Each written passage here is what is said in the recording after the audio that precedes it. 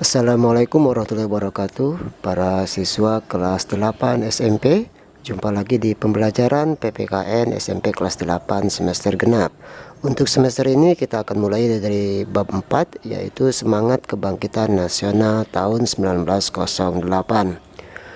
Tujuan pembelajaran: setelah menyimak video pembelajaran ini, diharapkan semua siswa mampu untuk memahami kondisi bangsa Indonesia sebelum tahun 1908.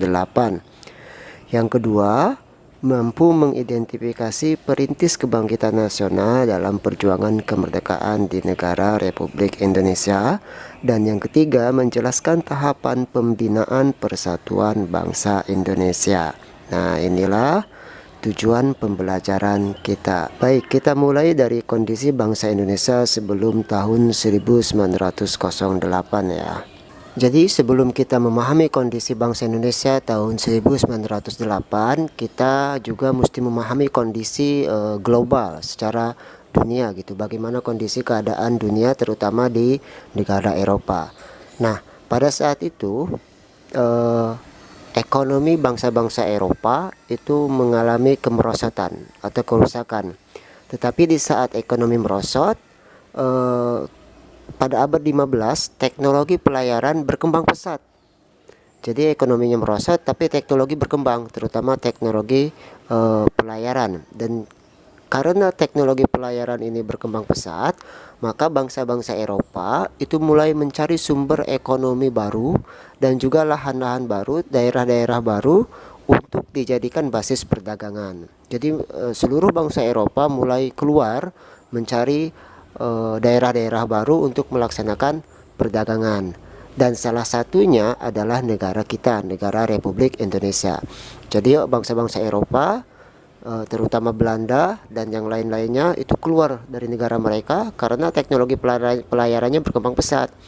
Nah, ada yang masuk ke Pulau Sumatera, ada yang masuk ke Kalimantan, ke Pulau Jawa, ke Sulawesi, ke Papua. Jadi semuanya itu masuk. Nah, kebetulan yang masuk ke kita yang dibahas pada pertemuan ini adalah negara Belanda. Nah, Belanda masuk ke Indonesia ini di bawah bendera POC ya. Jadi POC ini sebuah perusahaan yang berusaha untuk mencari sumber-sumber rempah-rempah baru, barang dagangan baru, dan datang ke Indonesia pada tanggal dan didirikan di Indonesia pada tanggal 20 Maret 1602. Nah, sejak POC berdiri inilah dimulai penjajahan di negara kita. Berbagai bentuk kekerasan menimpa rakyat Indonesia. Penderitaan rakyat Indonesia terjadi hampir di semua lini kehidupan di berbagai daerah ya. POC melakukan tindakan politik divide et impera.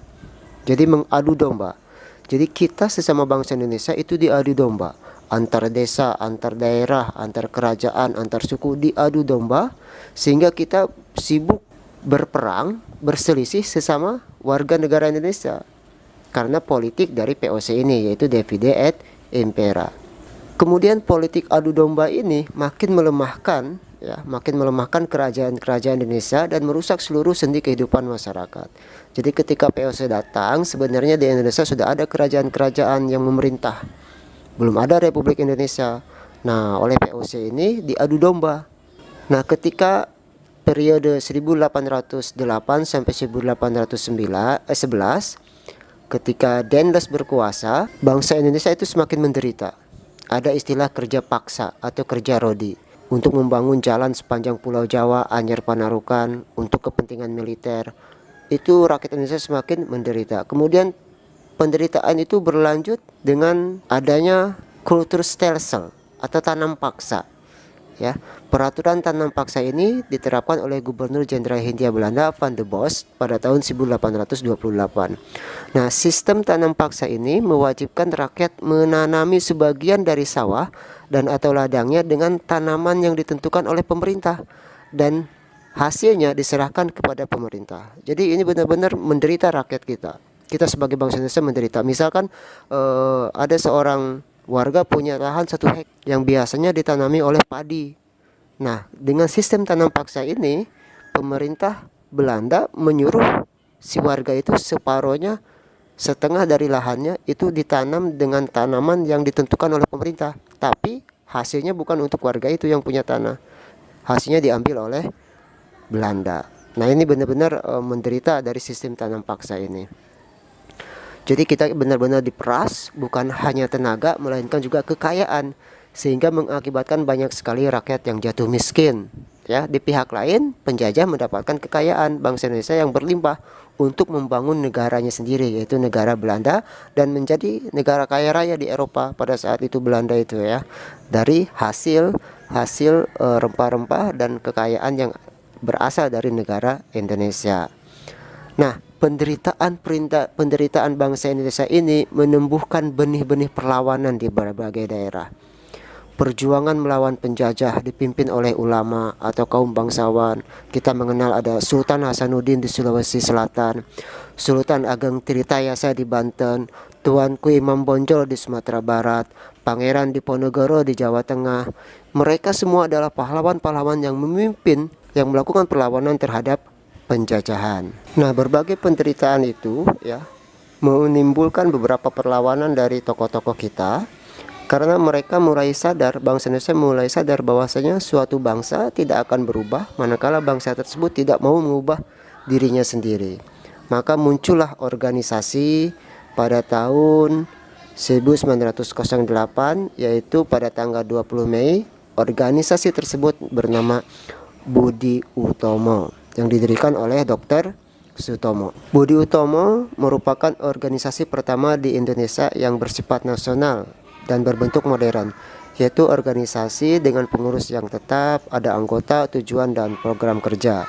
Nah, Budi Utomo ini didirikan oleh Dr. Sutomo pada tanggal 20 Mei 1908. Pendirian Budi Utomo juga tidak terlepas dari penggagasnya atau pendorongnya lahirnya Budi Utomo, yaitu Dr. Wahidin Sudirohusodo. Jadi seorang dokter yang bernama Wahidin Sudirohusodo merupakan dokter lulusan Stopia, Sekolah Kedokteran Jawa zaman itu ya, yang menyadari bagaimana terbelakangnya dan tertindasnya rakyat akibat penjajahan Belanda. Menurut beliau, salah satu cara untuk membebaskan diri akibat penjajahan Belanda adalah membebaskan diri dari penjajahan, yaitu rakyat harus cerdas. Nah, untuk itu rakyat harus diberi kesempatan mengikuti pendidikan dan pengajaran serta memupuk kesadaran kebangsaan. Nah, buat para siswa sekarang, jadi sekarang kalian itu lagi belajar itu untuk supaya kita ini tidak terjajah kembali, supaya kita ini cerdas, supaya kita ini pintar. Maka mesti semangat belajarnya di sekolah ya. Pada awalnya gerakan Budi Utomo ini terbatas pada daerah Jawa dan Madura. Kemudian pada tanggal 5 Oktober 1908, Budi Utomo mengadakan kongres pertama di Yogyakarta, dan kongres tersebut berhasil menetapkan tujuan organisasi, yaitu kemajuan yang harmonis antar bangsa dan negara, terutama memajukan bidang pendidikan, pertanian, peternakan, dagang, teknik, industri, dan kebudayaan. Karena besarnya pengaruh pergerakan Budi Utomo dalam perjuangan kemerdekaan Indonesia, maka Presiden Soekarno pada tanggal 20 Mei 1948 menetapkan hari kelahiran Budi Utomo sebagai Hari Kebangkitan Nasional. Dan sekarang kita memperingatinya setiap tanggal 20 Mei sebagai Hari Kebangkitan Nasional. Artinya Hari Kebangkitan Nasional ini adalah hari di mana bangsa Indonesia sadar bahwasanya kita ini tidak boleh dijajah, kita ini harus berdiri sejajar dengan bangsa manapun di dunia, kita ini harus menjadi orang-orang yang cerdas, mandiri, dan bisa berdiri di atas kaki kita sendiri. Nah, ini adalah semangat dari kebangkitan nasional. Nah, kita sebagai para pelajar di zaman sekarang, semangat ini harus ada dalam diri kalian, harus ada dalam diri kalian sebagai pelajar, sebagai pemuda, sebagai siswa, bahwasanya kita belajar untuk mencerdaskan diri kita, mencerdaskan saudara-saudara kita, dan mencerdaskan seluruh bangsa Indonesia. Maka oleh karena itu tetap harus semangat ini ada ketika Anda sedang belajar dan juga berada di rumah dan di lingkungan masyarakat kalian.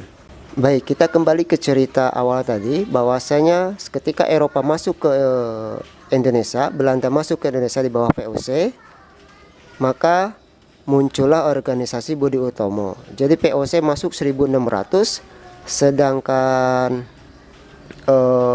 Budi Utomo itu berdiri 1908. Jadi di sini sudah ada 300 tahunan baru sadar gitu ya. POC masuk 1600, organisasi Budi Utomo 1900. Jadi ada 300 tahun kita terlena. Nah, kita baru tersadar setelah 300 tahun.